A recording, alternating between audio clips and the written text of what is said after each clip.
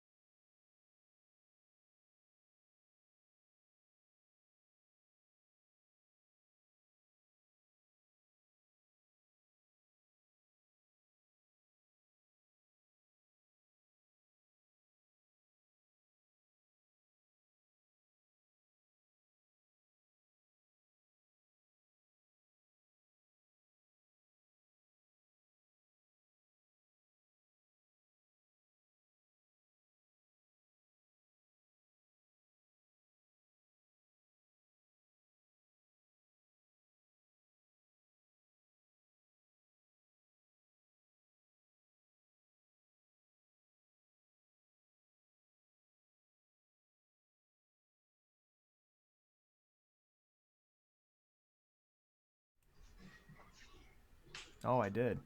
Oh man, I'm good.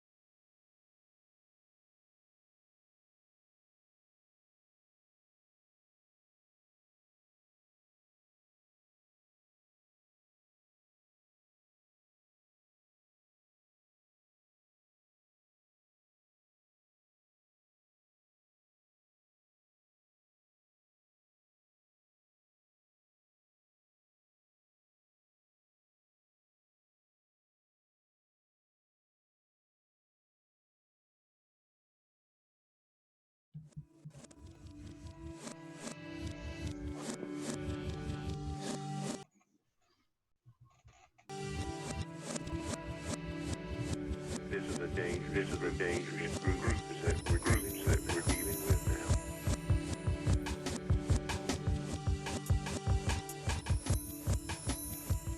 It is bedlam. It is pandemonium. It is pandemonium. Welcome, fellow Bills fans, to 24/7 Bills Fandemonium presents the K-Gun Report. We got a win last week, 27-17. Bam! There it is. Woo! Good job, fellas. Man, what a game. Not only did we start against a divisional opponent, but we're 1-0 in the AFC East, and those AFC East games are very important. And glad we're going to get talking about that later and the Miami game. But first, let me introduce who is joining me tonight. First, I don't know where you are on the thing, but Scott is here. Good guess. Hey-o. That's exactly where he is. All right, and then Swank. Nope. Yup. All right, as always, you guys can follow us. Ladies and gentlemen, follow us on Twitter, Instagram, Facebook. Our handles are on the tracker below. Again, keep an eye on the tracker all year. We will have updated stat lines, injuries, fantasy football, Bills news, and 24/7 Bills Fandemonium news. All right, Sky, I see you taking a little drink there in your Bills cup. What are you drinking tonight? Well, usually I go with the Iron Smoke whiskey back behind me, but I'm drinking the other 24/7 Bills Fandemonium booze of the year, and that is the Blue Moon, the good old Belgian white. That's good. Good for the palate. Swank, are you going to impress us with something high octane again this week? Oh, yeah, man. I'm going to impress you with one of the finest beverages that you can have on a non-pay week. It won a blue ribbon one time. That's Pabst Blue Ribbon, my friends. There you go. Listen to that. Oh, God. Beautiful.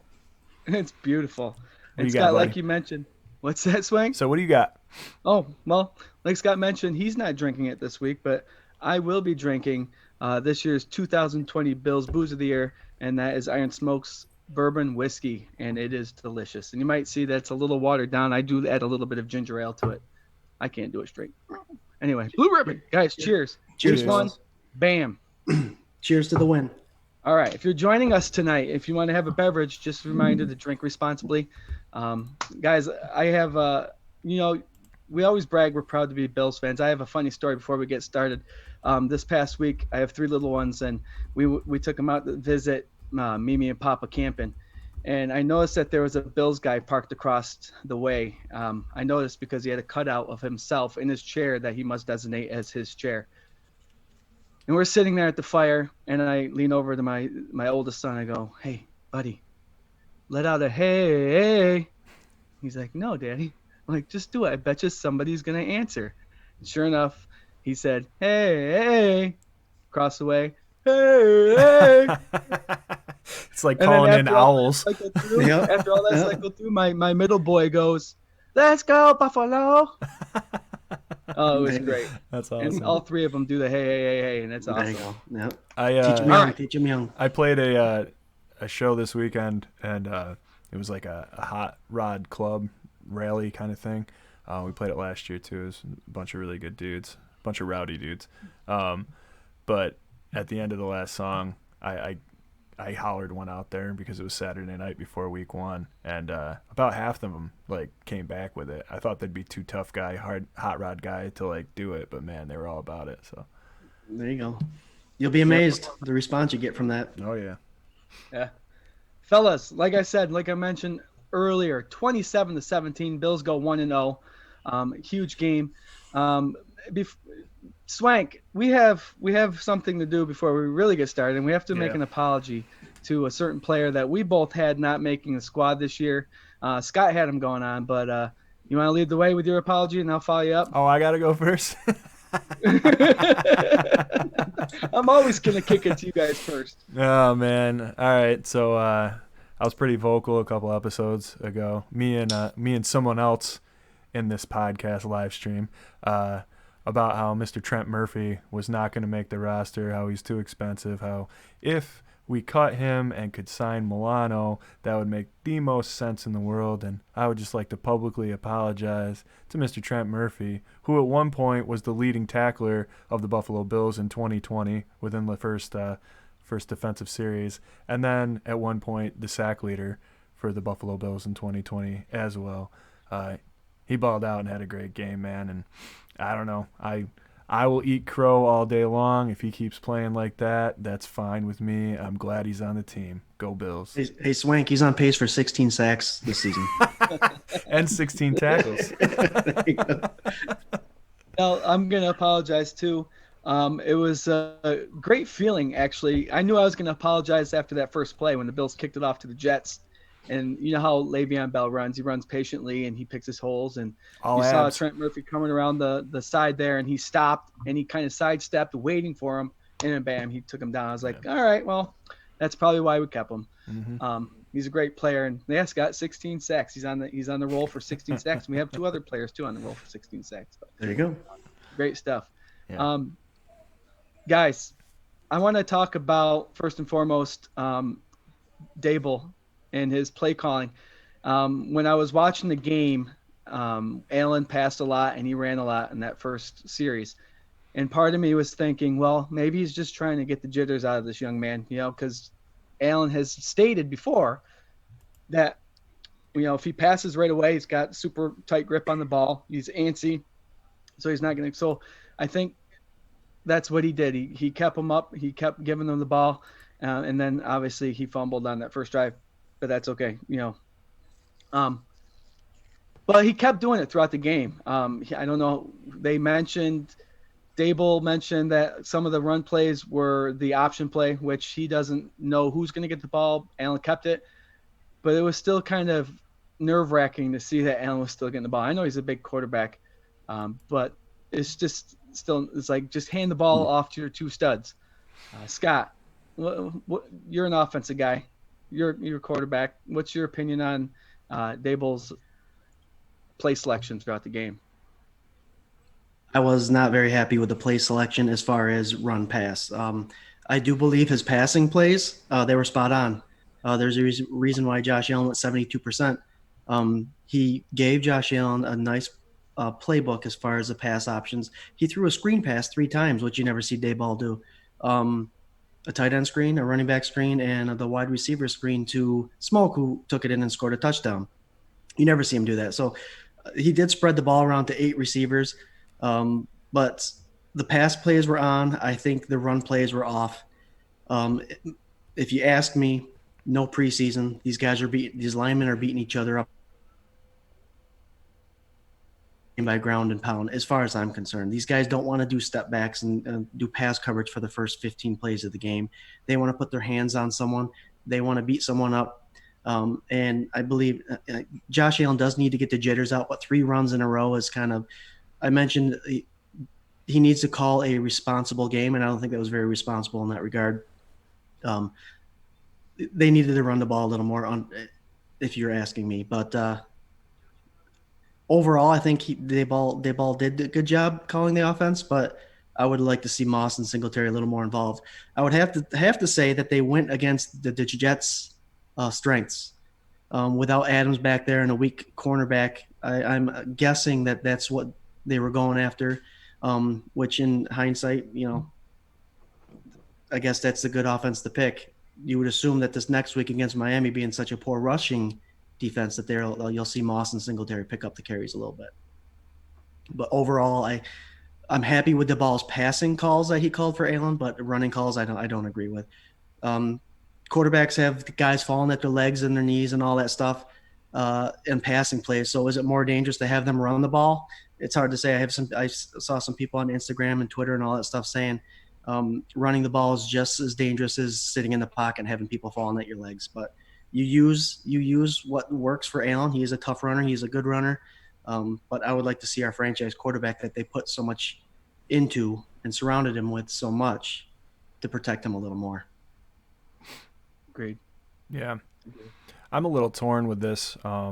During the game, I was like, okay, you gave him one designed run, and then all of a sudden it was like, oh, okay, like 2 in a row. That one went a little further, and then it was like 3 in a row, and I was like, what are you doing? You know, like this is not the game plan.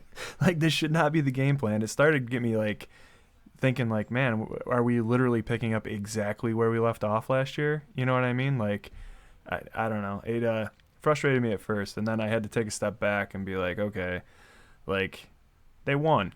They put up a Yep. decent amount of points. They did get the W. The Jets have a stout rushing defense. I get it. I mean, and to my point from last week, with Moss, he's a rookie. No preseason.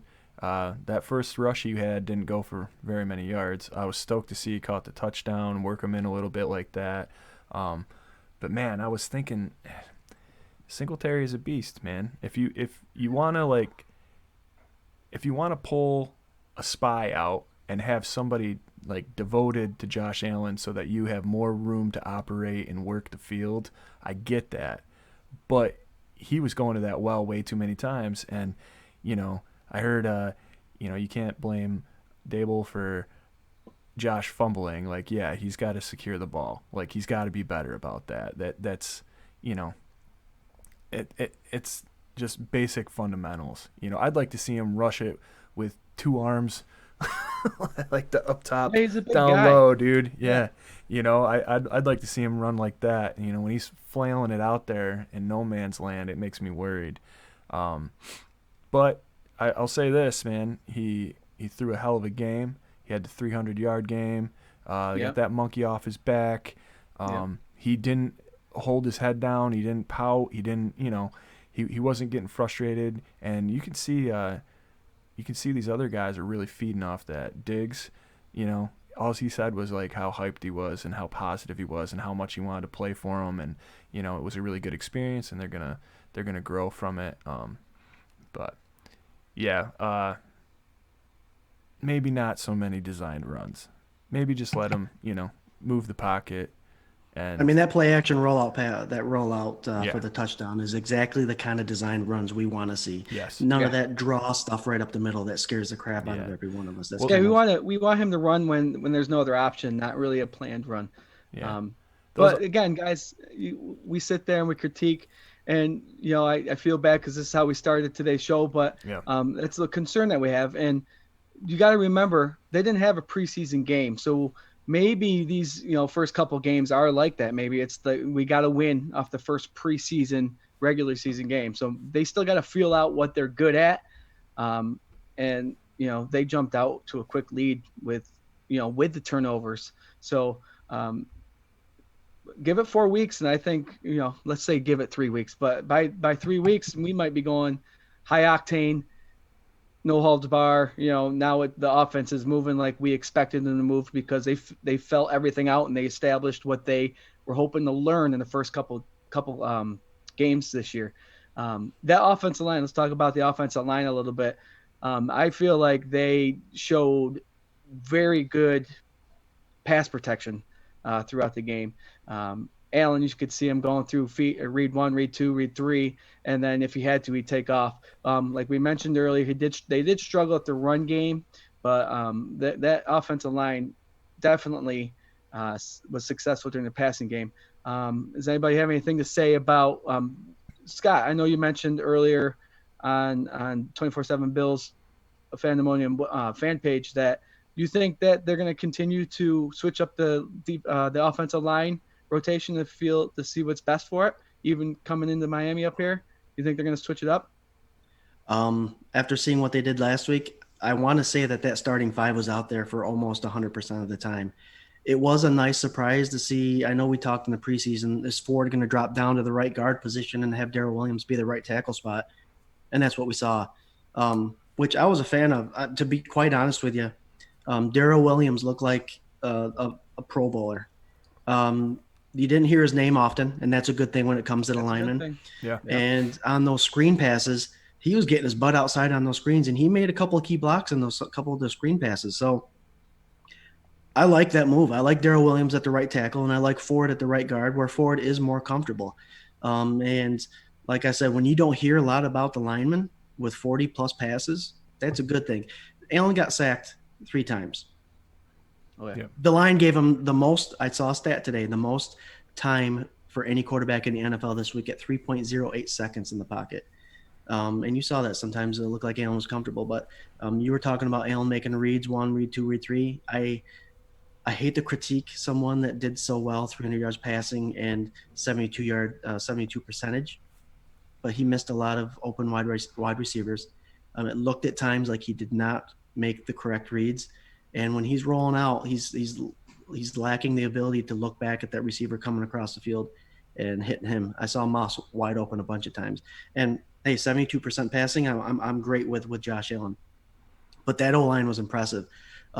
It's hard to judge how well they did again with the run because, again, they only ran the ball 18 times total with the running backs and then 14 times with Allen, I think it was. But they have the power. I mean, they have the offensive line to be able to run the ball, and hopefully this week we'll be able to see more of that. It's all game plan, but I was impressed with that line. I thought they showed out. I thought they did really well. Yeah, absolutely. I don't have any complaints, man. Even those, just real quick, hitting on the Josh Allen misses, there was a lot of sentiment going on like Twitter and social media and all the Josh Allen haters and Buffalo haters that were just showing that highlight, right, where he missed John Brown. Right. Yeah. And, I mean – Mahomes missed a wide open receiver this year. Yeah, I saw that. So. I saw that comparison in the video. That was like a no-look thing. You know what I mean? Yeah, like and that was last year. Yeah, and he was trying to, draw him off with his eyes and no-look the thing in. I think this was a little different. I think Josh just needs to be a little bit more aware of where the rushes are behind him, because that ball and the one to Dawson Knox, he had time to stop quick and get set and throw that ball in. Did you see Diggs got double teamed, which made him wide open? He's like, he's pointing him out. Oh yeah, that was awesome. Yeah, Diggs, the guy that's not supposed to be the team guy, right? Who's like pointing to somebody else to get the ball. Players. Yeah, dude. Real quick on that. I'm so glad they got him involved with the 8 catches and 80-something yards. Yeah, they got him right off the bat. Got him right off the bat. And you're going back to the accuracy of 72%. Those out patterns are hard to hit, and I feel like the first drive, Allen hit 4 of those. Yeah, he did. So, he looked accurate on those. He did. Yeah. Well, we were talking about he's always been good at that mid-range passes. So, and we didn't see any deep balls, which different game, different scenario, I guess. Yep. That's the thing is you're gonna have people complain that he doesn't get a 300-yard game, and then you're gonna have people complain that he didn't have a deep ball. Now, pick one. You know what I mean? As long as he's coming out with that W. He had them both yesterday, or Sunday. Yeah. So, I don't know. I guess everybody's going to be quiet now, you think? No. There's a certain fan page out there that I swear if you put up Josh Allen is a great quarterback this week, the first 55 comments are going to be negative. Yeah. We all know that.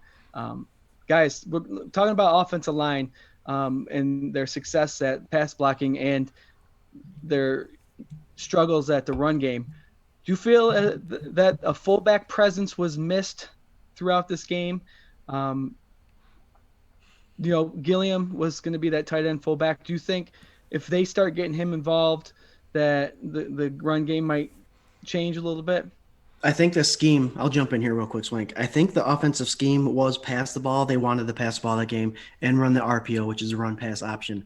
So if you're focused on that and having more and 4 wide receivers out there at a time, if you're focused on that, you're not going to have a fullback. If all your runs are based off the shotgun run pass option thing, very limited fullback use. So I think when they do decide to play games where they will have to ground and pound, you'll see Reggie Gilliam come in and handle what he's got to handle. But I think it was based off what they were planning on doing against the Jets this week. That's why we didn't see a fullback. Yeah, I absolutely agree. And I think, it's a victim of circumstance, right? Like they're a good run defense. That's it. I don't think that this week 1 after no preseason is the end all be all of what the game plan is going to be. I'm going to say that I wish that it was, because if he throws for 71, 72% and is responsible for 3 touchdowns a game, I'm 100% fine with that moving forward. Yeah. And all your wide receivers are happy. He threw to 8 different receivers this game. Yeah. Like, I don't think that's getting enough attention. You know what I He mean? did that early too. He It's did not it like early, took him yeah. It long. was like He before did that. halftime, Yeah. you know? And so, I don't know, man. I think going into next week, it's a little exciting because you don't really know what their offense is going to be. Yeah. Like, right? So, like, you can say, like, well, the Jets are heavy run D, so people are going to throw on them. That's what any smart person would do, and that's what Dable did, and that's what the Bills did, and they won.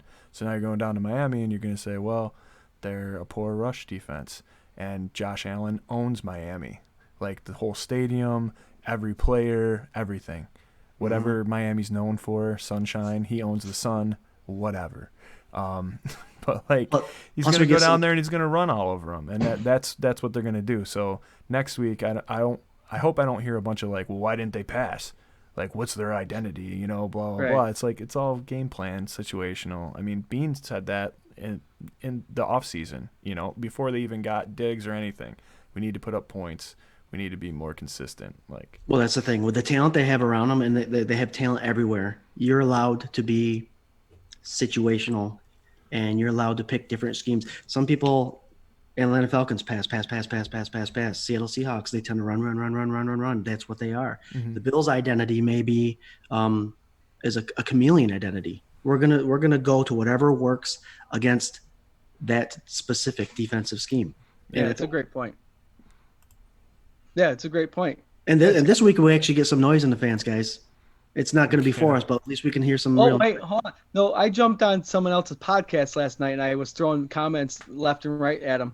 And he's actually going to the Bills-Miami game.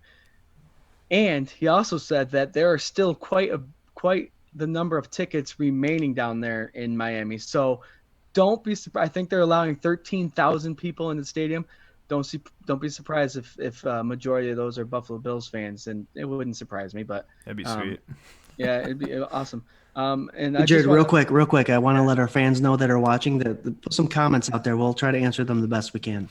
Yeah, Yeah, Charles, I like that. real We gotta fast, stay yeah. focused. Yeah, We gotta stay absolutely. focused, and I feel like I said earlier, the first 3 or 4 weeks, I think it's going to be the focus is feeling out what is going to work for the whole year. So that's a great comment. And Corey, spot on. Welcome to the show. Yeah, man. Was there anything that surprised you guys on Sunday? Like anything? Defense yet? What's that? Are we talking defense yet? Go ahead. Go Justin Zimmer, ahead. Yeah, right That- off the bat. number 61, right off the bat. He came up from the practice squad. Pretty big kid, 6'3", 300 pounds. With Vernon Butler and AJ Epinesa being held out.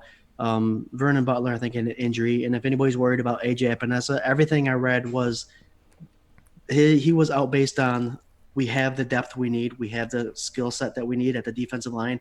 We're going to bring him in when he's ready. You ask me, I think you put him in, you feed him to the dogs. The best experience to have is by playing the games, but they have their strategy. I'll trust the process. But Justin Zimmer came in from the practice squad. He started off by blowing up that left guard and tackling very elusive Le'Veon Bell in the backfield.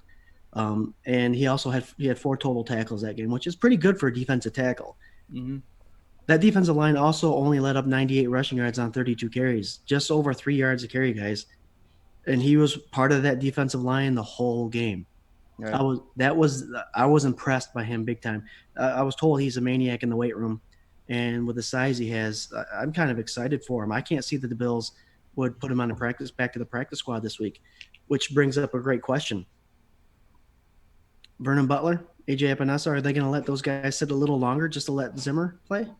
Zimmerman? I can't remember his full name, but It's Zimmer. Justin Yeah. Zimmer. Let's give him the awkward number of 61. But yeah, my opinion is, like I keep saying, and I'll keep going back to it, is this is the first 3 games might be that preseason look. So they might bring them in and out depending on how they feel they're going to develop them throughout those first 3 games. So, Swank, you brought up the question. Who surprised you? Well, going to your point really quick about Zimmer and AJ Epinesa. I think people are getting hung up on the fact that he was our first draft pick this year, but he wasn't our first round draft pick. You know, he was a second rounder. We got Stephon Diggs, and he's already proven that he's He's all worth the hype and the price we paid and everything else. We have the luxury this year. Man, have we ever had this luxury before to like sit the first draft pick that we got out of the class and just let him learn behind these people that already know how to play the game and play it successfully? It's been a long time. Yeah. So if anybody out there is getting hyped because he didn't play this week, I don't think it's anything to worry about. I think it's just, letting him get in there, letting him get up to speed, and he'll be here and he'll make an impact. And I bet by you heard it here first, moment week 6, he'll be in and he'll be making an impact. There you go. I got one of those coming later. Big surprises for me though on the defense, man. How about Levi Wallace? He did a good job, man. He did a better job than he did any other year that he's worked. I think like Sunday was probably the best game I've ever seen him play. Like just solid all around. You know what I mean? It's one of those games you didn't hear his name a lot, and Exactly. for a cornerback, that's exactly what you want to not hear. You don't want to hear Exactly. a cornerback's name getting called a lot because that means he's getting ripped apart. Well, yeah, and everybody wrote him off in the offseason because Josh Norman showed into town, you know what I mean? So I think he played a solid game, and he should get a little credit for that, for sure. So, wait, question for you: Taron Johnson and Levi Wallace. I know we weren't able to watch the preseason or anything like that. Yeah. And practices. I mean, there were no preseason. Do you think Levi was the number 2 and Taron Johnson was the number 3 all along? You mean before Josh Norman went out? Or Yeah. you mean No, like, I mean, like Josh was never even in the plans? Is that what you're saying? yeah, because we were never told what the roster and the depth chart looked like. Was Levi Wallace number 2 and Taron Johnson number 3 the whole time? And with Josh Norman going out, it was really not a big deal for the Buffalo Bills defensive backfield because this was the plan the whole time. No. But I think that your point is accurate. I don't think it was a big deal because Levi rose to the occasion, and the competition made him stronger. I mean, I don't even think it was, it's business, right? It's not personal. It wasn't personal. You know what I mean? They brought a qualified vet in, an ex-Pro Bowler, to come in and shake things up and bring a little competition, and he met the challenge, man, and his number got called and he played a good game. I think that's pretty much as simple as it goes. I want to see Josh Norman out there. I really do, man. I hear you. I think he's going to come back. I hope he comes back and he's got a big old chip on his shoulder, even bigger than it was before, and it gets real rowdy out there. I'd like to see that. You guys got to remember, Taron Johnson Leslie, impressed too, guys. Taron Johnson did a great job against Jamison Crowder. Other than that big touchdown catch, Edmonds missed a tackle 2 yards past where he caught the ball. That's hoopla. Yeah. You know what I mean? A missed tackle broke out big. Other than that defensive backfield, crazy good. Oh yeah. Right. Like I was referring to earlier, you got to remember Leslie Frazier before the season even started said that he's excited with the depth of this defense and he just needs to find the right pieces. So the question you asked is if you thought Wallace and Taron Johnson were the number 2 and 3 to begin with. Maybe they were all number 2 and 3. He was just figuring out how to put the pieces in. And the fact that Josh Norman had to go out, I think he's on IR for 3 weeks. I don't think Leslie Frazier sweat much when that happened. And that's good because we don't know the updates on our linebacking core, and we don't know really what the injuries are for this week because it's a Tuesday. But the fact that we have the depth, and like Leslie Frazier said, that he just needs to find the pieces, we can let Josh Norman sit back and heal. We have the quality replacement to step in and do well, and it's exciting. I know I say exciting a lot, but it's exciting to watch. Hey man, it's exciting. The next guy stepping up, and it's going to be if 2 linebackers are out this week coming up against Miami, I can't wait to see who steps up and just makes a name for themselves. You kind of already saw who stepped up, man. Klein did a really good job. Yeah, Klein. I was really impressed. I was super worried, and man, he he's a held big it boy. down. He held it down. He's supposed to be what? Just like a special teamer or like a situational kind of guy. Man, I don't know. This unit is ridiculous. They're just unlike anything I've seen in a very, very long time in Buffalo, and it's exciting. Well, with the whole linebacker situation, I'm not sure. I know Tyler Matetovich, number 44. Maketovic? If Edmonds goes out, I know he's the backup middle linebacker there, and if Milano's still out, I'm really excited to see Delshon Phillips and Tyrell Dodson play. It'd be good for them to get the experience against the Miami Dolphins. They rush the ball an awful lot. But if those guys aren't able to play, it'd be nice to see how the backups perform early in the season. Now, you hate for it to be a playoff indication game late in the season, but if this stuff was going to happen, you want it in the beginning of the season. Yeah. I hate to jump around, but another impressive stat. Did you guys know that the Bills, out of 60 minutes, had the ball for 42 minutes of that game? Yeah, they dominated time of possession. Yeah. Now I believe that's part of the reason why Josh Allen had 300 yards passing. I think if it's a little more even, 30 and 30, 25, 35, I think it's a different story. But just to see that stat alone should excite Bills fans to know that we have the ability to Hold ground the and ball. pound. 29 first downs, I think we had. 31, I think. 31. That's crazy. Yeah. That's the numbers you want to see come late in the season when it's cold outside and snowing and all that. Those are the numbers you want to see against. I mean, I know it was the Jets. You hate to throw them under the bus and say that they're the worst team in the NFL, but anytime you can have 42 minutes of game time, Yeah. and your offense is running it, and keep in mind they left like 17 plus points off the board. Yeah. Right, it should've yeah, and been they turned the 40. ball over early, so that's more time. So Yeah. 42 minutes out of 60 is unheard of, and I'm glad to see the Bills actually do that with the amount of time and amount of plays that they pass the ball for. Well, this Usually see those numbers when you run the ball. This is what kind of like makes you frustrated about the reaction to Sunday's win. Like, we won. He had career days. The time of possession was so lopsided. Like, there was so much good to take away from it. You know what I mean? And we're talking about a couple fumbles and a couple missed throws.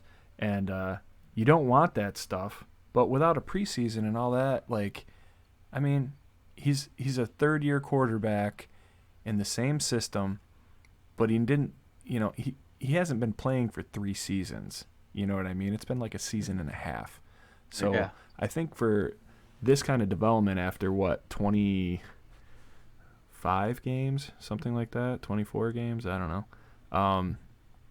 You got to be encouraged. You got to be in his corner, man. You know what I mean? He's doing everything he can. He's just got to get that hero ball thing out of the back of his head. It's got to be a switch. Yeah. And he's got to pull the ball in. Hang on to that damn thing. Come on. Yeah, exactly.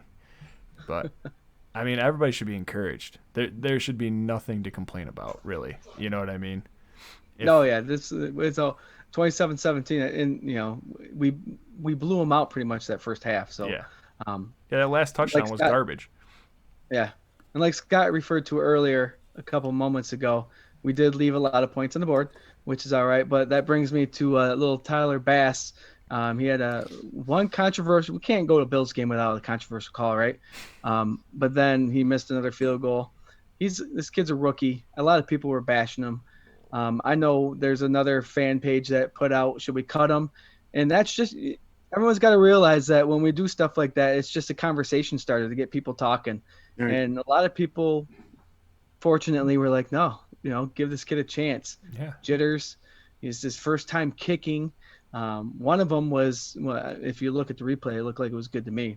Yeah. But any words of encouragement for Tyler Bass before we head out for our break and come back and talk about the Dolphins? Yeah.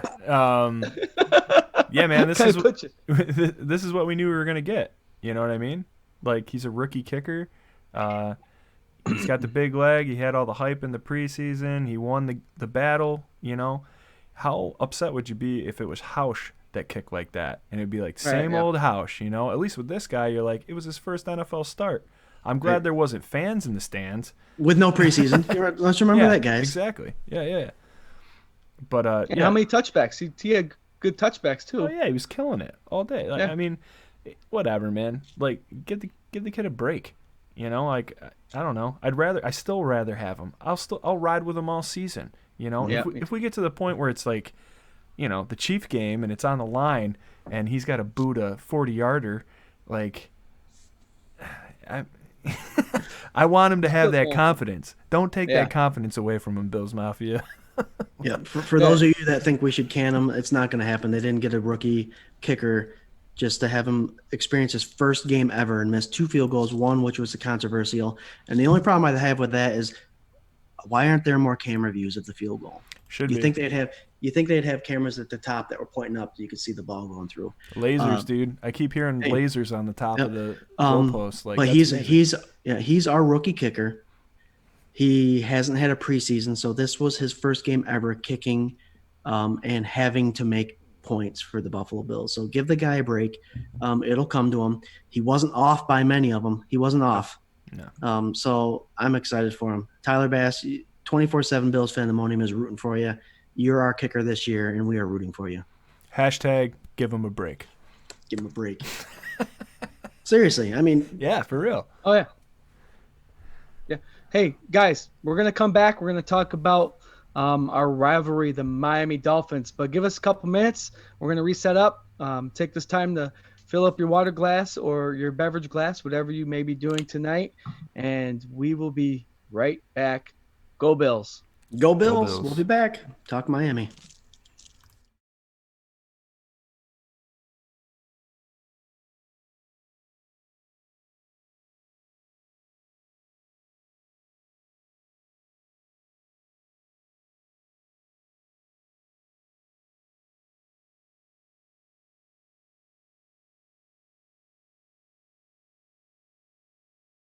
Hello, 24/7 Bills fan.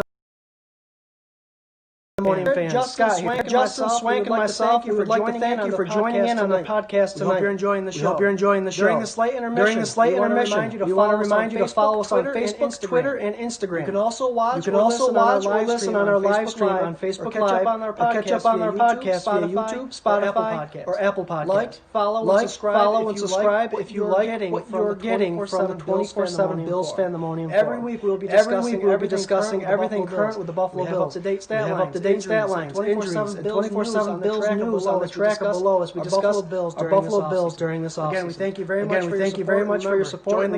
Join the conversation, join the Stampede.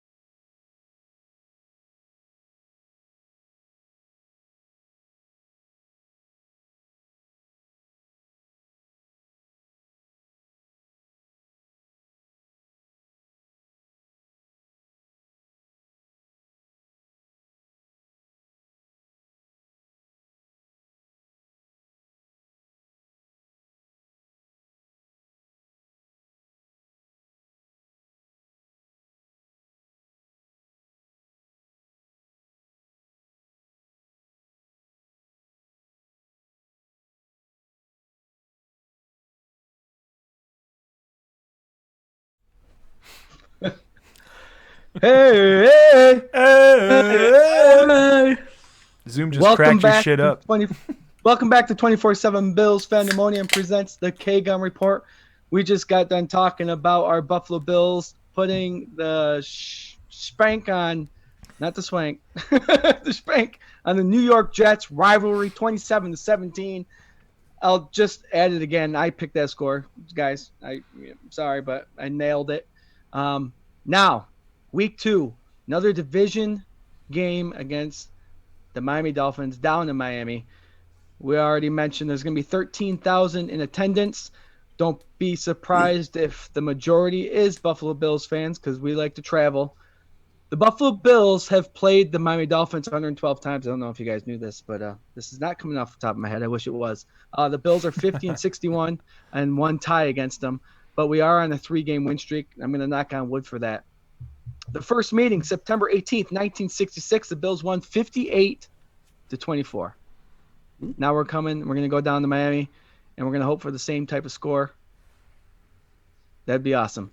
Guys, man, if to go 2-0 in the division right off the bat in a season that's been kind of awkward, that'll be huge for the Buffalo Bills.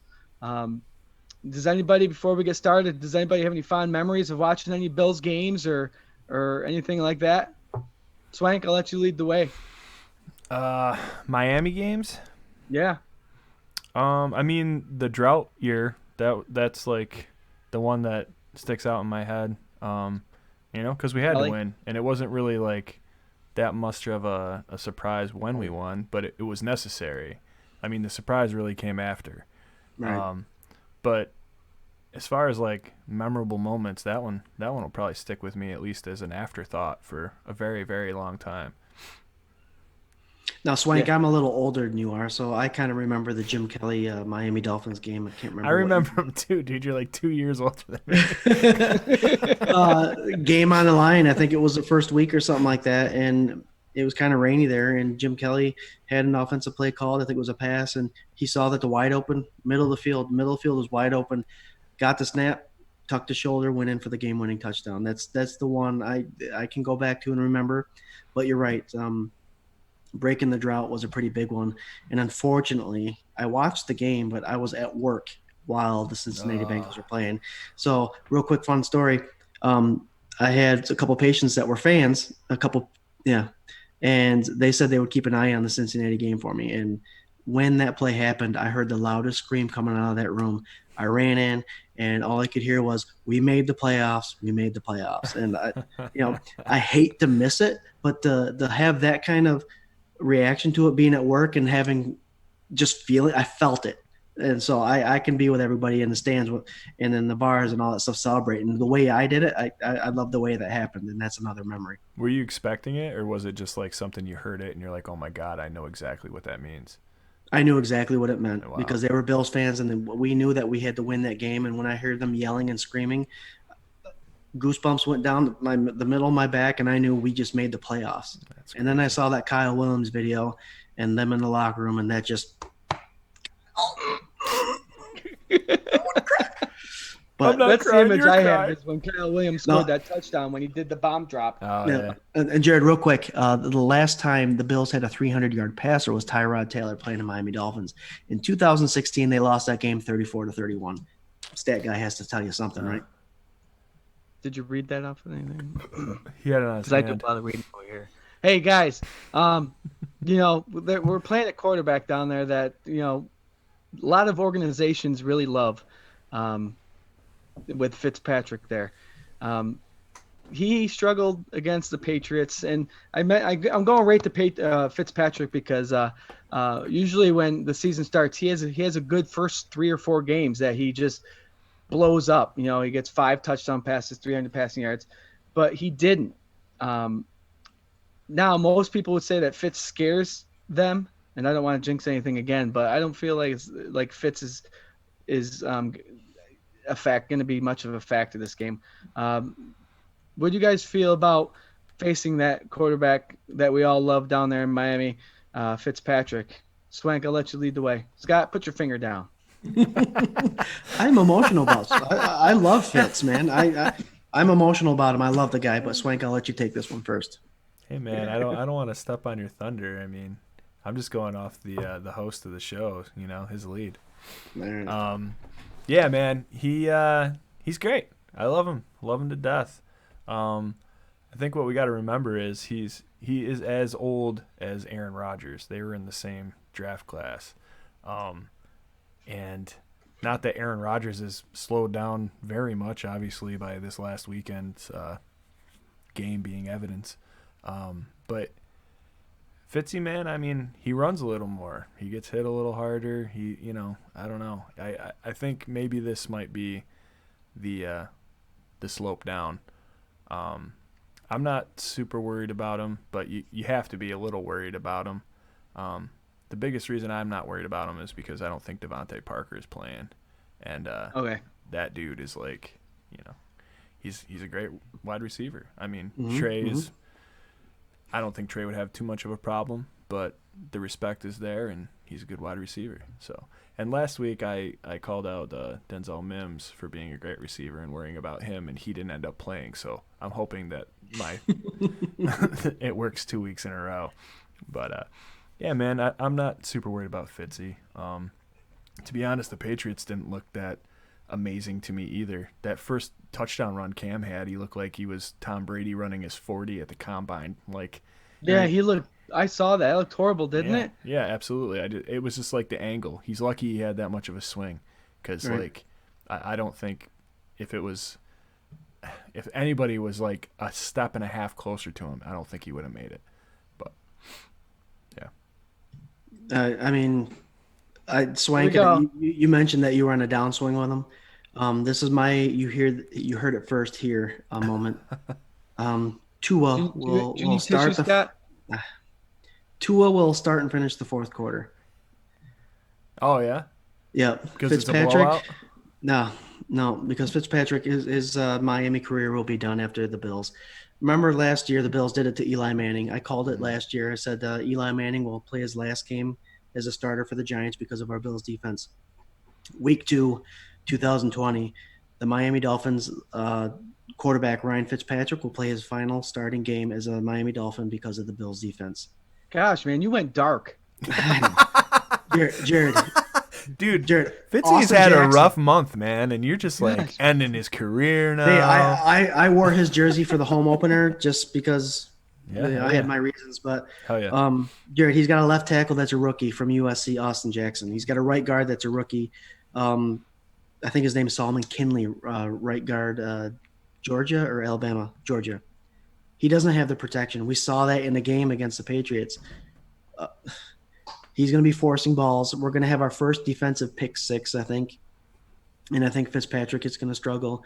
And this will be the Tua being born into the Miami Dolphins. Dude, you just threw out 2 bold predictions in your explanation. You're on fire. Well, Swank, without Devontae Parker. Yeah. Here's the other 5 wide receivers in their starting lineup, right? Let's remember Albert Wilson and Alan Hearns opted out. So they kind of threw their wide receiver core under the bus. Jakeem Grant, who's a speedster, took a kick return off of us last year or the year before. Mm-hmm. And tell me if you remember, if you know these names: Mac Hollins, Lynn Bowden, Isaiah Ford. Oh, Isaiah Ford? Yeah, I don't know. Preston Williams is someone that we should watch out for. Preston Williams, he's a pretty good wide receiver. But my only threat in that offense is going to be Gesicki, the tight end. Yeah. And I always put my game plan a lot of times revolves around the tight end. And without our linebackers, potentially Milano and Tremaine Edmonds, I think Gesicki would be our biggest worry. But if Fitzpatrick can't find him, I think Fitzpatrick's in trouble, and Tua will be the starter. He'll start the fourth quarter, and he'll play the remainder of the games. What do you think about them doing something slick like naming Fitzy the starter, having him run the first play, and then bringing Tua in right off the bat, thinking that the Bills don't prepare for Tua? You think that's something that they are like I think smart enough to try to do? You know what I mean? Yep. Well, I think they're smart enough because of the game that Fitzpatrick had last week. They know that he is on a thin line when it comes to staying in the game for the whole game. So I think the Bills are smart enough to prepare for Tua to come in. Yeah, I do. Yeah. Well, so what do you do if he does come in? Do you just go with a lot of pressure? What's the game plan change? I mean, Fitzy's going to run the ball regardless because he sometimes does his best work when he's scrambling. And we've seen him do it for the Bills, and he gets really emotional. He can get that team spun and going quick. But if Tua does come in, what's the game plan? Just the same thing or just add more pressure? Well, we didn't see a lot of blitzes from the Bills package against the Jets. I think like Swank hit on last week is I think they're counting our front four putting enough pressure on the quarterback so they can cover, and they covered well against the Jets. Yeah. I think with Tua, if he comes in, throw a couple nasty blitzes at him, see how he responds with a spy, obviously, because he is quick, he is nimble, but we haven't seen him get pounded yet since his hip injury. Yeah. So it'll be interesting to see how he can take a hard hit from the NFL linebackers. Yeah, I mean, you haven't seen him play against any NFL players, right? I mean, Right. so again, no preseason. Who knows? Who knows what he'll be? I kind of hope that he's going to be decent, not decent enough to beat the Bills, but decent enough to keep it interesting. You know what I mean? That would be fun to renew that rivalry. I think that would be more fun than the Bills Jets rivalry, to be honest, because the Dolphins are building so similarly. That as we did, you know what I mean? So I don't know. Yeah, It'd be a Bills nice Miami rivalry. rivalry just sounds better anyway. Yeah, Yep. squish Yep. the fish, man. And it takes us back to, I mean, you want Sam Darnold is going to be a good quarterback, I think, but the Jets haven't done enough to surround him. Swank doesn't agree. Hey, But I think that if in order for Allen to, I would like Allen to have a good rivalry, and it's not going to be Cam Newton. timeout. We went through, and I apologized for one of the things that I was wrong about with Trent Murphy, but we skipped over the fact that I went off on this rant about Sam Darnold last week, and I was 100% right. Yeah. He proved every little ounce of how much I was right on Sunday. Yeah. So, just real quick before you can, thank you very much. Before you continue, Sam Darnold is garbage. Continue. So wouldn't it be nice now to have a rivalry quarterback in the AFC East? If Sam Darnold is garbage, Cam Newton's not going to be there long. Yeah. Fitzpatrick won't be there long. Have Tua come in. Let the rivalry start. Yeah, sure. I love that. I was stoked on Stidham, to be honest. So was I. Yeah, to have Darnold, Stidham, and Tua, and then Josh Allen. I mean, it's like a rebirth of the whole AFC East. You know, it's a generation of quarterbacks that potentially could be there for 10, 15 years, you know. It would be awesome. Yeah, so I hope he does well. Not too well. You know, they can come in second place in the AFC East. That's fine. I don't care. Hey, if Miami comes in second, the Jets come in third. That means New England is last. Basement. So I'm okay for that for a little while. Jared, you worried about anybody on the Miami team, offensive or defense? Not particularly. But I only say this. No, I watched some game film on those two teams, on the offense and the defense, and obviously I mentioned earlier that Fitz really isn't making me nervous, but of course Fitz makes you nervous. You never know what you're going to get with him. He can get the team going with just his emotion, but I watched that offensive line on the run and the passing game for the Miami Dolphins, and if you're going to bring Epinesa in for a game, this has got to be the game you have to plug him in, because I feel like this is going to be a huge learning game for him. He's going to be successful. And, you know, if that's what the first 3 or 4 games are going to be, like a preseason game, that offensive line, when they're passing, Fitz didn't have any time. The running game was getting pushed back. And I'm not only saying on offense, but on defense as well. You watch the Patriots, when they were blocking, they were separating everybody on that line of scrimmage. And it's just the game's won and lost in the trenches, and we've always been taught that. And fortunately for the Buffalo Bills, our trench guys are Top elite. notch. So anybody behind them, unfortunately, will not benefit from a weak defensive line or an offensive line. So to be honest with you, nothing. And you'll find that my projected score will indicate how I feel about those offensive line and defensive line. But I don't. Besides Fitz emotion and Fitz magic, I guess you could say, nothing really scares me. And I agree with you. And as we discussed against the Jets, this is a game that the Bills should win. And it's time we turn the corner and not keep these tight games. What do they call them? Setup games or something like that? Trap we games. need to You think trap you games. can have those games in week 2 already? Sure you can. I mean, to lose a divisional game against a team that's not very good is a trap game, no matter how you look at it. So the Bills need to get over this trap game, losing the trap game teams, and they need to handle the Miami Dolphins. And like you said, my score will reflect exactly what you said. again, like last week, the only thing that scares me is I hope they prepare properly instead of just take it as a week off. Yeah, and I think they will. They just need to handle this team like shrewdly, and you know, the Jets, they did a great job, and people are still still saying it should have been more. So it'd be great for them to go down to Miami and just stomp them. Be in complete control. Yeah, and win like they should win. Guys, what? And they should run the ball. I mean, if we're talking Oh, yeah. strategy against the Miami Dolphins, I think the Patriots had 219 rushing yards. And if Dayball and Frazier are strategically planning based on what teams are good and bad at, that defensive secondary is pretty stout for Miami Dolphins. Xavier Howard and Byron Jones are the corners. They have that rookie from Nebraska, Noah. I'm not going to say his last name. And their safeties aren't that bad either. We get to see Lawson. We get to see Lawson again. I mean, the 3-4 defense is the second time in 2 weeks that they're playing against a 3-4 defense. But Lawson is something to worry about only because we kind of knew his potential, but he never played up to it. Baker's the middle linebacker. He's a pretty stout middle linebacker. And we all know Mr. Van Noy from the Patriots. And Landon Roberts from the Patriots is their other middle linebacker. They were on pretty stout defenses. So if we're going to be successful, I think you stay away from those corners, even though I think our wide receivers are elite. And you don't want to play it too safe, but you kind of have to start the ground and pound and see that defensive line, if they can hold up against the Buffalo Bills. Rokon Davis is a rookie on that left side as a defensive end.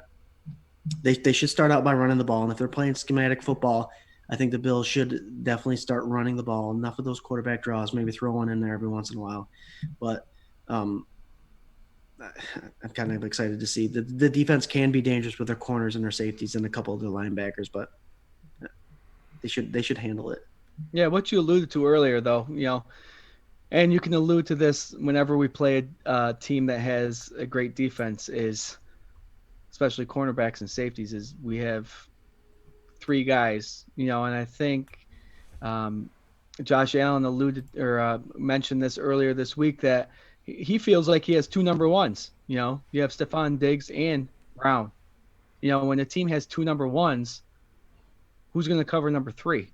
Mm-hmm. Yeah. Yeah, I mean, especially, so even though we might face week here, week there, an elite secondary in the NFL, we have a pretty stout wide receiver core. So. Yeah, that's true. That's exactly it's what I was hard to gonna talk say, about. man, Go yeah. ahead. No, that's exactly what the point I was gonna make is that yeah, their secondary is decent. You know what I mean? It's not anything to just turn your head and scoff at, but we have the kind of expectations in the offense now to challenge good secondaries. That's what needs to happen, because in another week you're going to go against Jalen Ramsey. The Rams. Yep. And not to get ahead of ourselves, I cannot wait for Stephon Diggs and Jalen Ramsey to go head to head, and and Stephon Diggs to catch every single ball over top of him. I just can't wait for it. 9 targets, 8 catches last week, just so you know. Yeah. Wait, Stephon against Diggs. Ramsey? No, Stephon Diggs. Oh, yeah. 9 targets, 8 catches. Yeah, I knew that. I was like, well, what Ramsey's stats were, But that, I mean, I apologize too, because I get ahead of myself when I talk about elite defensive backs and safeties, because it worries me. The Bills haven't had elite wide receivers, and I should start portraying the fact that, okay, they have elite corners, safeties. They got to bring it on. They got to deal with Diggs, Beasley, and Brown. Good luck. I got to start jumping on that bandwagon, but I don't know why I'm so hesitant to say that they should worry about us rather 17 than years. That's why. Yeah. But you're right. Our wide receivers are elite. Yeah. And Josh Allen completed 72% of his passes for a reason. Diggs actually gave props to Brown this week because he thinks people underestimate him. Yeah. Yeah. Good. Keep doing that. Yeah, absolutely. Because now you're right. I'm jumping on the bandwagon. We now have the best wide receiver core in the NFL. Yeah. 24/7 Bills Pandemonium and Bills Mafia everywhere. Our team is good. Deal with it. Enjoy it. Be optimistic. We're good. We're going to be good for a while. Let's roll with it. No negative comments. Our kicker missed. Oh, well, he's going to pick it up. Josh Allen threw 72%. You guys were bashing him earlier this year. We're going to be good. Go forward. Just be nothing but positive, man. And that's exciting about not only this group, 24/7 Bills Fandemonium, because if you go to the comments throughout this whole group, throughout the week, you barely see anything negative, and that's what's awesome. And we love the fact that we could talk Bills football, have an opinion, and it's all positive, even though you might not agree with something, it's still going in the right direction. And I think that might be Bean and McDermott rubbing off on the fans. And it's good. Guys, enjoy it. This is going to be fun for the next couple years. Jared, do you think our Buffalo Bills will be the number one defense after this week against Miami? Because our friend Eric Gordner just joined us, and he still believes that the Steelers have the number one defense in the NFL. You can't really determine that until Eric. We'll talk again week 5 or 6. But like I said, these first couple weeks are going to be a preseason type atmosphere. We're going to feel it out. But my feeling is when you have the ball for 42 minutes and you dominate the game, you only let up one big 65-yard pass, which would have kept the Jets offense to 190 yards. Yeah, it's going to be a battle, but I feel like, we're going to be – we'll talk in week 5. Let's just say that. When do we face the Steelers, by the way? Yeah. Eric, you're going to join us, buddy. Yeah, we'll have this discussion live, but we'll see what happens. But if we ground and pound and we hold the ball, then there's no problem with me saying that the Buffalo Bills will be the number one ranked defense in the league by the end of week 2. Mm-hmm. If they're winning games, I don't care. Right. That too. Yeah. But I mean, I love that we finally have. One thing we didn't talk about during the Jets segment was the time of possession was huge.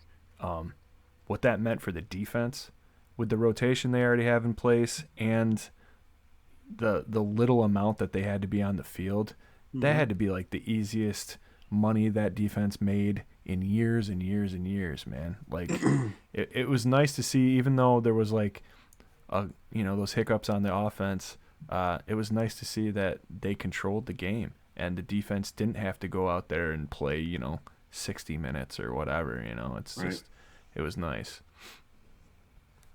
And their time will be called. I mean, throughout the year, obviously you have players that are going to stand out and do well. But there's going to be a couple games this year. Kansas City is going to be one of them, I think, where the defense is going to be called upon to win the game. They might be out there more than 15 minutes. So when their time comes, they're only playing 18 minutes a game. They're going to be well rested. So Yeah. Right.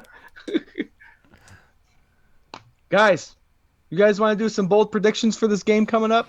Oh, sure. Sure.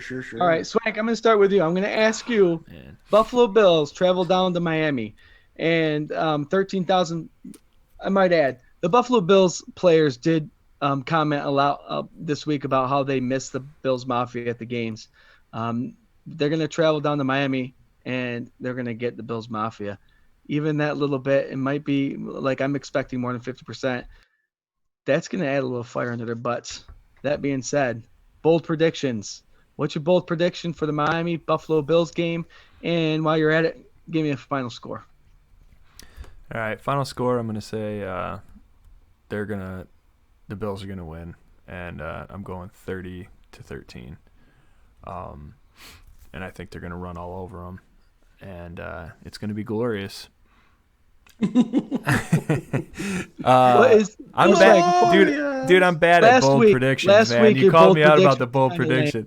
Give me a bold one. Yeah, well, yeah. Last week it was like I gave you a prediction and it didn't even happen anyway. I should have said Trent Murphy was going to be the mayor of Buffalo or something. Let's see. This week, how about Singletary and Moss both rush for over 100 yards? I like that. Is that bold enough? Is that bold enough? Are you not entertained? Buffaloopers, everybody. Everybody, buddy. Did we just plug somebody there? Yeah. We welcome everybody. I mean, we love it. The best thing about, like, you have all these podcasts up here, and we watch them all, and that's the thing. Scott, I know you talk to many of the administrators and stuff of other podcasts, but that's the thing. we're all Bills fans. We're all in it for one reason, and that's to watch the Buffalo Bills and talk about the Buffalo Bills and enjoy everyone's company. You That got being it. said, Scott, give me your bold prediction and your final score in any order you want. Go. Okay, I'm gonna go same score I did last week against the Jets, 38-10. And again, I think the 10 points, 7 of those points will come in the fourth quarter when Tua drives down to the field and scores a touchdown. My bold predictions. I couldn't come up with a bold prediction. I kind of was leaning towards the duo 100-yard games by Moss and Singletary, and all I could think of was a couple of stats that aren't very bold. I think our defense is going to get the first pick 6 of the year. I think Allen's going to throw for 2 touchdowns. Diggs and Knox will get their first touchdown catches, and Moss and Singletary will each score a touchdown. Bold prediction. If the Patriots can get 200 yards rushing, 219 yards rushing against Miami, I think Moss, Singletary, and Allen can get 300 plus. Huh. So you're Only taking, because- so you're taking only- my bold prediction, or is that what's going on? Or? I'm taking yours, but I'm putting 300 yards on top of it. I'm doing this because I do think that why the Bills passed 40 plus times against the Jets is because Dayball knew that he could pass against the Jets. They now know that they can run against the Dolphins. So I think they will run against the Dolphins. You won't see as many bold quarterback called runs for Allen, but I do think the run game will open up early and quick, and I will give our Buffalo Bills 300 plus rushing yards total. All right. Now listen. John Johns said 31-10. Moss and Singletary breakout. That's my prediction seems to plus be 1 common. point. Yeah, that seems to be a common thought for today. Because my original bold prediction was 250 yards total rushing for the Buffalo Bills, but you kind of went up above and beyond that, Scott. Go 500. I agree. I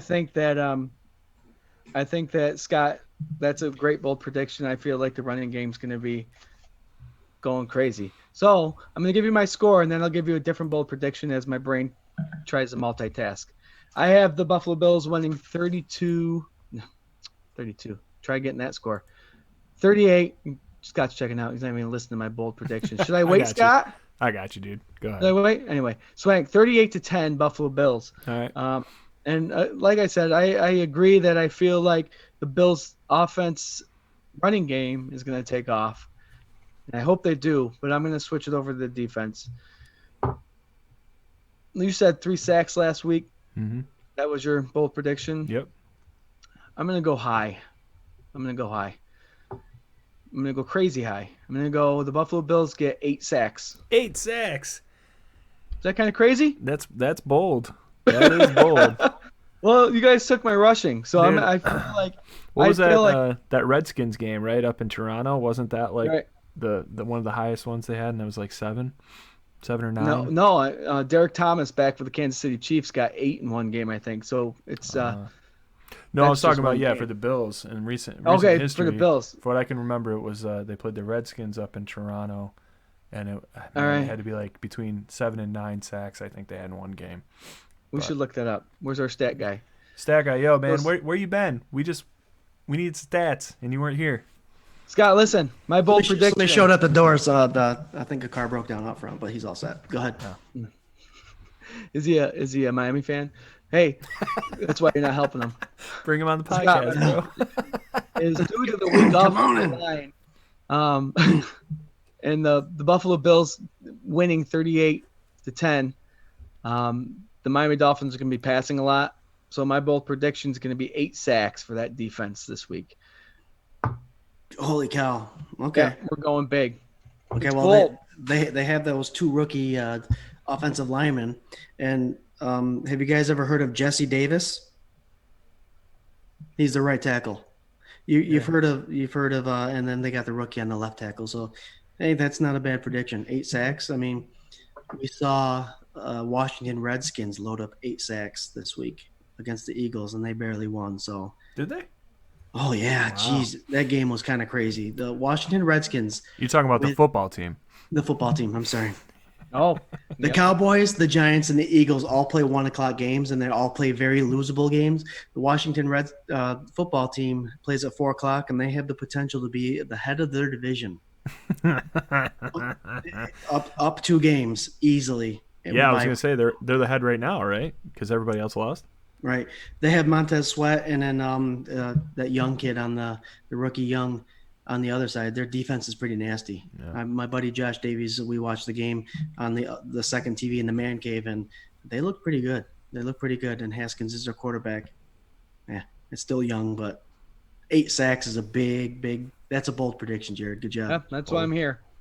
Who's getting most? I feel like when Swank said 3 last week, I felt like he underestimated that defense. But how many did they get, Swank? 3. Yeah. So Well, they had a shitload, pardon my language, of pressures, quarterback pressures. Mm-hmm. And Darnold is a little more nimble than a lot of people give him credit for. So, Oh yeah. I mean, there were 2 or 3 that he got rid of the ball as he's falling down. So it was close to the 6 that I predicted. But 8 is a bold prediction, and I'm rooting for 8. Who's getting most of those?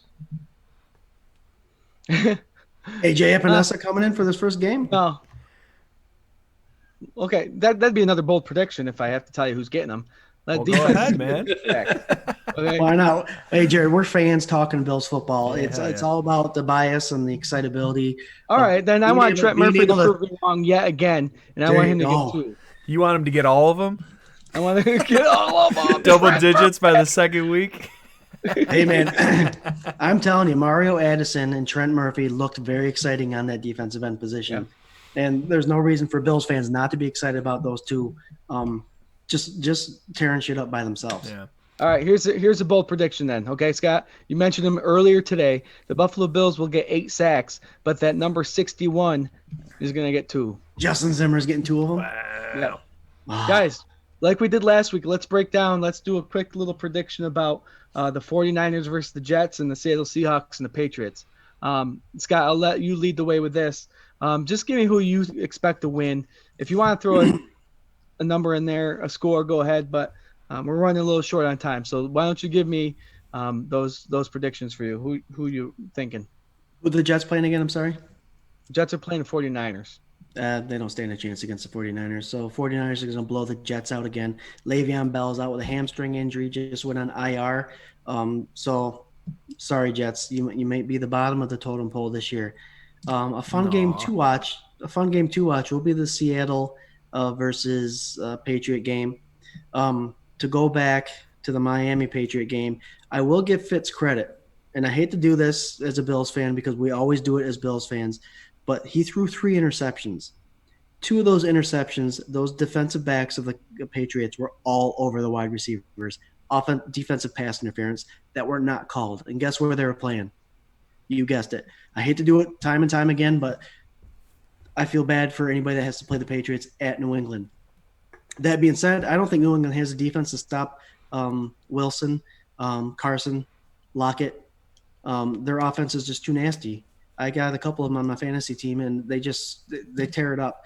And they don't have the defense anymore because Miami has half of them. And I don't see Cam Newton surviving that defense. So I will see the Jets, the Patriots, and Miami losing this week, and the Bills will be 2-0 atop of their division.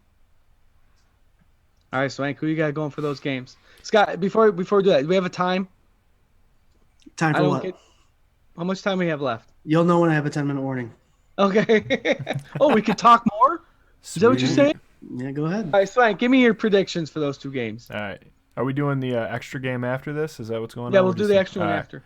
All right. So I'm gonna go with a bold prediction that the New York Jets beat nobody and the San Francisco 49ers whoop the shit out of them.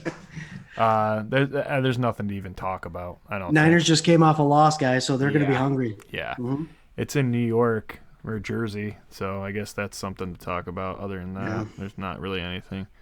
Yeah, the Seattle New England game is super interesting. But I mean, Russell Wilson is the man. You know, like I think he's a super classy dude. He works hard. He's I don't know, the whole team. Now that they got rid of Sherman and All the guys on defense that I didn't really like. They're Well, still behind Josh Allen, he's my favorite quarterback in the NFL. Russell Wilson. Yep. Yeah. I like Mahomes a lot, man. I mean, I don't like jumping on like that new quarterback thing. I guess he's not very new anymore, but I like Mahomes. Yeah, so I do not like Cam Newton, and I'm definitely going to go for the Seattle Seahawks to win that game in New England, put us on top, 2-0. Beautiful. Spot 2-0, 2-0 in the division. Yeah. Boom. Bam. What a way to start. That'd be a hell of a way to roll into Buffalo for this LA Rams game, I think. I think they'll have enough games under their belt to be able to handle any team in the NFL. I think they'll be ready. Jared, what do you think? What do you think, Jared? Well, I'm just going to make this quick. I have the 49ers beating the Jets and Seattle beating the Patriots. You need your cheaters there, Grandpa? Or what? That's mine. The Jets are losing again. Wow, holy cow, what happened to my head? Anyway. No, the San Francisco 49ers, like you said, they lost this past week, so they're going to have a fire under the butt, even though their big tight end might not be there for the game. But San Francisco is going to roll over the Jets without Le'Veon Bell. And Seattle Seahawks, you can't say anything bad against Russell Wilson. He's a class act from playing and outside the NFL. So you got to like him. You don't have to like him, but we like him here. Yeah. And no, Cam Newton's going to get a rude awakening, I think. So it'd be nice to see them get beat up a little bit. Here's a quick conversation starter. Ready? We can talk about this for a couple minutes.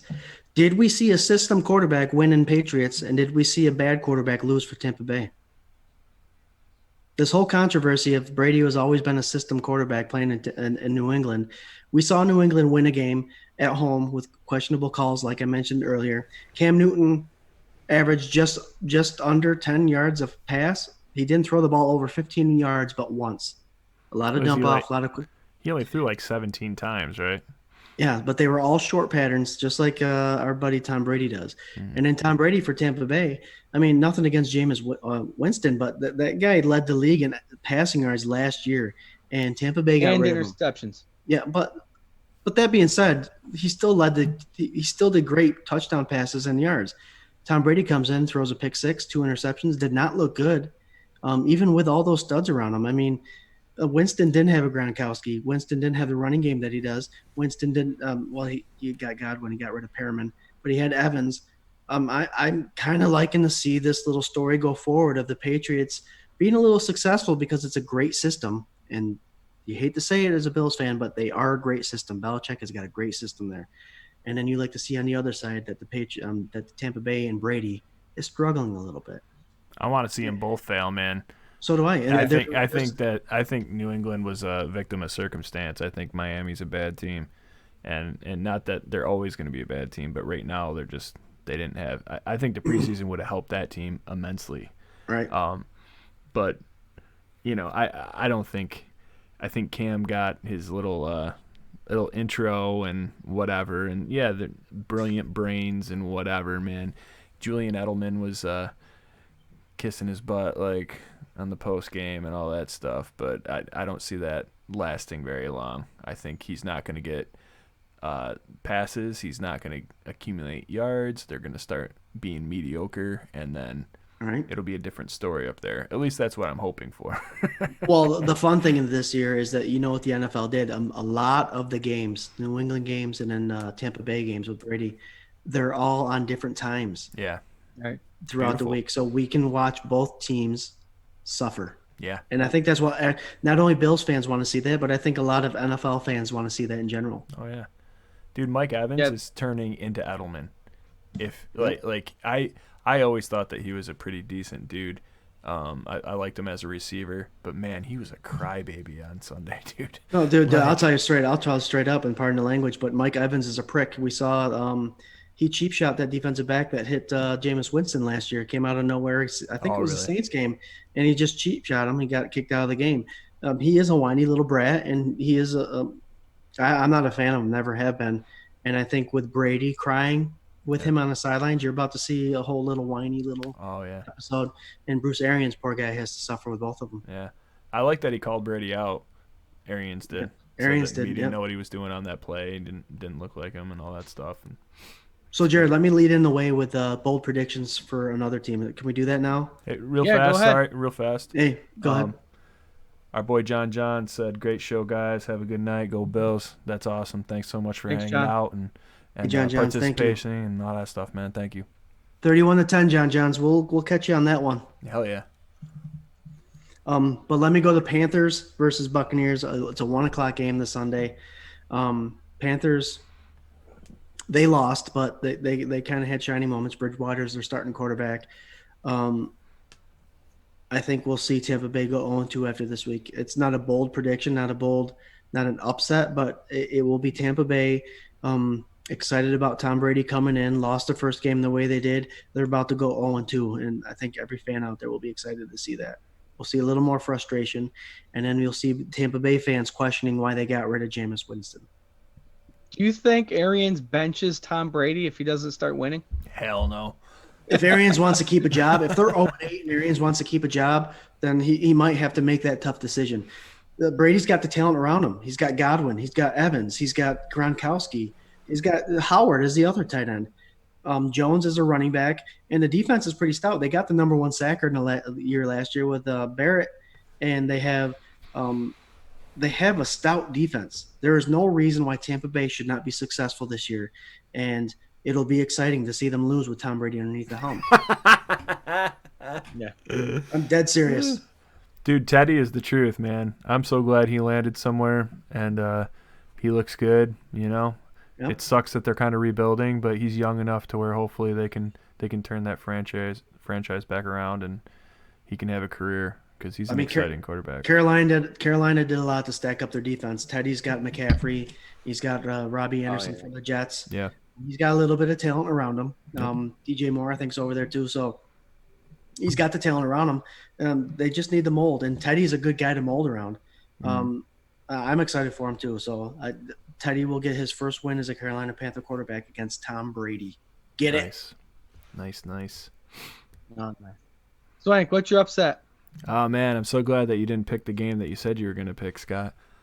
I'm gonna go. I don't know if you watched last week. I decided that these picks I'm gonna take the two worst teams for the loser bowl. The toilet bowl. The toilet bowl. The Tushy toilet bowl. Let me guess, you're going with Cleveland. You are correct, sir. There you go. Thursday night, Cincinnati at the toilet itself, Cleveland, Ohio. I have AJ Green and Mixon on my fantasy, so be careful what you say. Okay, well, you don't have to be careful, man, because here comes the Swank rant. I do not like the Browns. I always liked the Browns when there was like that thing where you didn't know if Buffalo was going to stay in Buffalo or if they were going to move to LA and all that confusion and whatever. I thought like, well, I don't think that I could stand the LA Bills or the Toronto Bills probably would have been a little more acceptable, but like still, man, it's the Buffalo Bills, you know, like that's since I was a kid, that's what I've just loved. So, at that time I thought like, well, the Browns were like the next best thing, I guess, like comparatively. And I thought about becoming a Browns fan if the Bills ever moved. Luckily they didn't. So I never had to worry about that and everybody's safe. Hey, I was thinking about taking the same route, trust me. Yeah. I mean, it would have made the most sense. It's close enough to go to games, like, you know. Same kind of city. Yep. Lovable losers, all that shit. Yep. But ever since Odell, Landry, Baker Mayfield, Kareem Hunt, Myles Garrett, Myles Garrett I stood up for before all that crap happened last year. They are not a likable. I hate that team, and it like there's so much attitude on it and so much talk and no action. I hate that they beat the Bills last year. I hate it so much. They shouldn't have. Yeah, and I'm glad they missed the playoffs because we got that on them. But like, man, I do not like the Browns. I think it's way too many personalities. There's no way. What is this, like the 800th coach they've had in like the last 5 years or whatever. I don't know. They may have more coaches than the Bills have had. Yeah. Mhm. I think there's going to be flashes where they look good this year, but I don't think they're going to be that team. Burrows, on the other hand, you got a really raw, great talent that flashed some really, really good stuff here this last Sunday. You got AJ Green, you got your boys on fantasy, all that. So yeah, I'm going for the Bengals to get their first win and stomp out the Browns and leave them Nice. 0-2 this week. I'm rooting for Burrows. I mean, he's a class act coming out of college, and Sure. he looked actually pretty sharp. He made a couple mistakes, but he's a rookie with no preseason, so you got to give him that. Yeah. And I said when they drafted Mayfield and they started bringing all this talent in, Jarvis Landry, Odell Beckham, Kareem Hunt, Nick Chubb, all these guys. And the one thing I had set is that they better be successful quick, because once Mayfield's contract, his rookie contract comes up and he demands a lot of money, you're not going to see all this talent around him. And nothing's happening. Yep. And now the Browns got to make the decision. Are they going to keep Baker Mayfield, or are they going to keep this sideshow that they call Beckham, who's ranked 90th out of he's not, the guy that he had a one hand. They highlight that one-handed catch he had, but they don't highlight all the drops he's had. All the drops he's had with two hands. Yeah. Yeah. Well, I'm But rooting last for the year Bengals. they highlighted a one-handed catch they had out of bounds, and they kept replaying it yeah. and replaying it. Like, he's not winning, so why are you highlighting this guy's catches? And he's not catching the ball, so Yeah. whatever. Yeah, I have Burrows. My upset was going to be or Cincinnati beating Cleveland. I had Burrows getting his first win. But my game that I picked is going to be the Jaguars beating the Titans. I don't know. There's just something about Minshew. No, he's a likable guy. Yeah, for sure. Yeah. He's one of those guys that's likable, like a Fitzpatrick. And even if you're not a Jaguars fan and you're outside of the division, you're rooting for him. Sure. That mustache, you got to root for that mustache. Guys, Oh, sorry. How did we do last week? I know I lost. I lost miserably. I had the Chiefs losing to the Texans. Oh, yeah, that's what it was. I didn't realize how Hopkins was such a big key to that offense. Yeah, dude. Watson, I feel bad for the guy, but you take away his number one wide receiver, he really didn't look like much of anything. How about what do you want to talk about upsets that happened this week? How about the Cardinals beating the 49ers? Yeah. I don't know how much of an upset that is to me. I mean, I wasn't super surprised because I don't know. I think as far as our schedule goes, the 49ers is a winnable game for us. Yeah. But I don't know. DeAndre Hopkins, man, he's the truth, Like we saw it in the playoffs last year, Yeah. So it's that wasn't so surprising to me.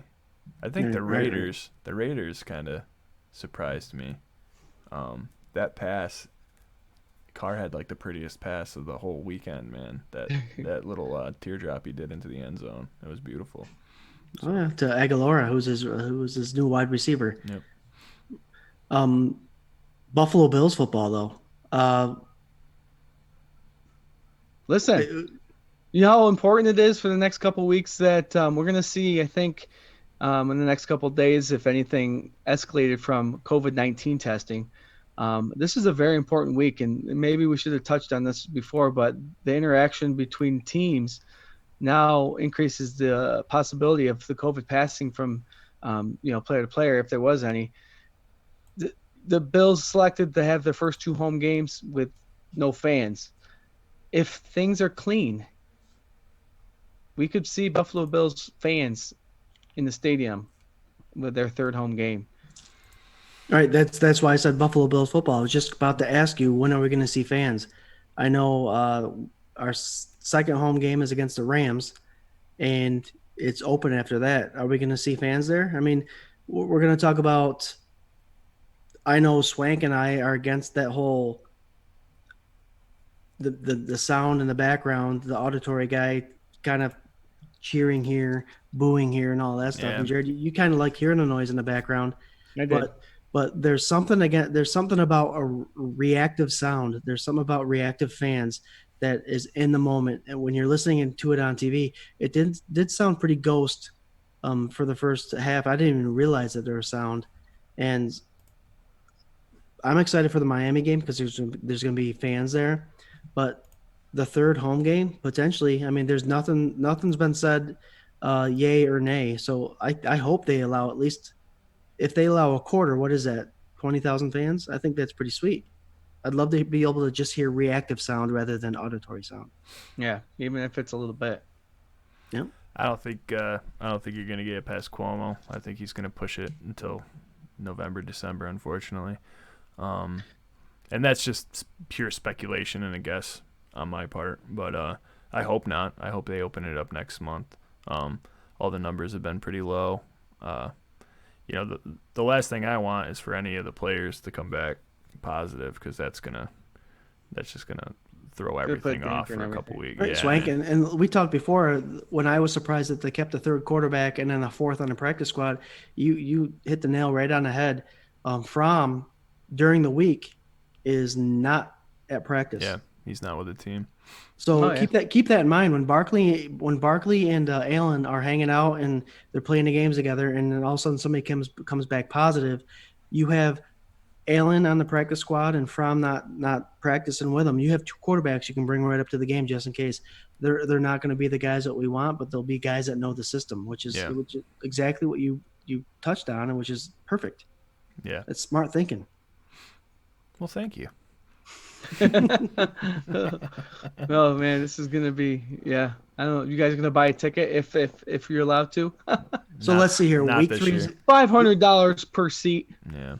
Well, week 3 is against the Rams, right? So even after that game, they have 2 weeks to go. They have the Raiders the next week and then the Titans, which is going to be both games are going to be good games to watch.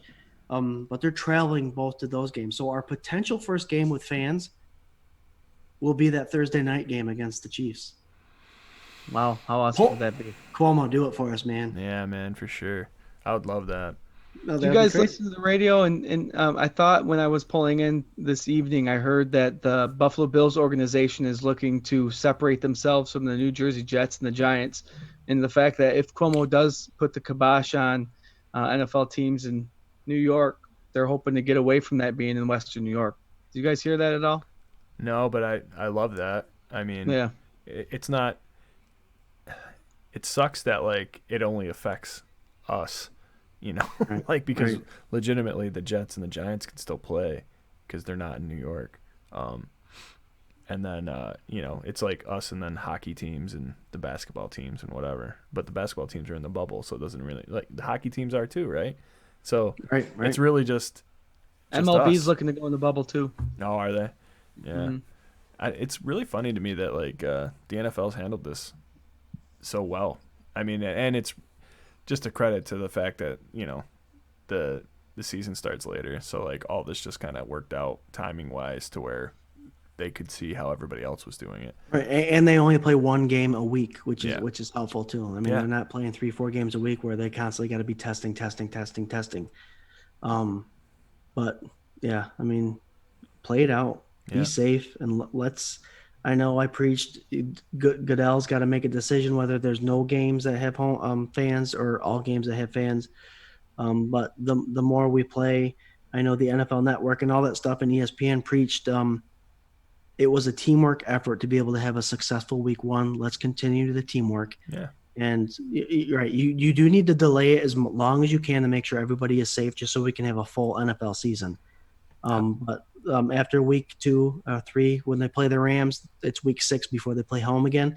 That's almost halfway through the season. So come on, let's have fans. And then the next home game after that's the Patriots. So even if you want to wait that long, we need to have fans. But be safe about it. Yeah. Eric Gordner says just get the win, and you're right. If they go 16-0 with no fans, I'm okay with that too. Yeah, man. That's a bold prediction. What I love best is when before we had our own little thing here, I used to go on other web pages or fan pages, and they'd ask for bold or predictions of the season. I always said 16-0, and the fact that people jump on there and be like, "That could never happen," facts are facts. It's like, well, factually, they could go. They play 16 games. Yeah. Why can't they win them all? And if you're an optimistic Bills fan and you want them to be successful, why wouldn't you say 16-0? Realistically, will that ever happen? There's a small chance. Sure. There's called odds. So I think that's always funny too. Well, So probabilities they only count until the actual occurrence happens, right? So Right. everything's 50-50 until it happens, and then it's 100%. So anything's possible like that. It's happened before. Right. Jared Swank, we have a couple more minutes left. Real quick before we end the show, give us this week's Buffalo Bills MVP. Swank, go ahead. This coming Against Miami, MVP of the week. It could be offense or defense. Go, fire away. I'm going to say Knox. Damn it. Okay. Scott, I'm going to jump in. I'm going to go. Oh, go ahead. Offensive line, because they rushed for over 250 yards rushing. There you go. So why do you got Knox there, Swank? I think Knox is he's going to – oh, man, he had a hell of a catch on Sunday, by the way. But I think he's going to catch what he needs to catch, and I think he's going to block the way he needs to block, and he's going to be heard and felt down in Miami this week. And, maybe he'll catch a touchdown. Who knows? Well, remember, my predictions had Diggs and Knox getting their first touchdown catches. Yeah. But I said, damn it, because I agree with you. With the corners that the Dolphins present with Xavier Howard and Byron Jones, I think our wide receivers, they're not going to be tied down, but they'll have a tough there you go. I think Knox does beat out the linebackers that are trying to cover him, and I think this will be Knox's week. So I'm with you on that one. Knox, he'll get his first touchdown pass, he'll reach over 100 yards, and he'll have a buttload of catches. Man. Jared, you said offensive line, but can you be more specific? Give us a specific stat other than 250 yards rushing. Who's getting those rushing yards? Is it Moss or Singletary? Well, we're going to split it right down, almost down the middle. They're both going to hit that 100-yard point. And depending on how much Allen has to scramble. Scott, was it you that hit that 300 mark rushing? He'll add to that, and we'll get close to that. Okay. And then you got to give credit to the offensive line because, like I said in the middle of the show, the game's won and lost in the trenches, and that offensive line is just going to push forward. Hey, even if none of that happens, if they come out with a win, I'm good with that too. Oh, yeah. Ultimately, the final goal, and it doesn't matter what the stat line is the W. All right, fellas. Episode 7 in the books. Thank you for everyone who has joined and watched and viewed and commented. Anybody else have any closing thoughts really quick before we get out of here? I just wish the best for Fitzpatrick. Like I said before, I think this will be his last game starting as a Miami Dolphin. Love the guy, a journeyman. Had a rough last month. Fitzpatrick, I love you, but I think it's the end for you in Miami. Yeah, I just want to say I'm super stoked football's back. It didn't feel real when we sat down and the anthem was happening and all that stuff, and it was a great week. It was a great win. Make sure you catch the podcast on all those sweet sites like Spotify and Apple Podcasts and Anchor and anywhere else. And also Eric Gordner said that was like the boldest thing he's ever heard. So, I'm a bold son of a bitch. That's what it is. Every once in a while. Thanks everyone for tuning in and commenting. Yeah, we thrive off you guys, so keep the comments coming. All right, so on to Miami, and we will be talking about the Miami game next week, Tuesday at 9:30 as always. We want to thank everybody for joining the 24/7 Bills Fandemonium, the K-Gun Report. Have a nice week. Go Bills. See you then. Hey, hey, hey. Hey, go Bills. Go Bills. 2-0.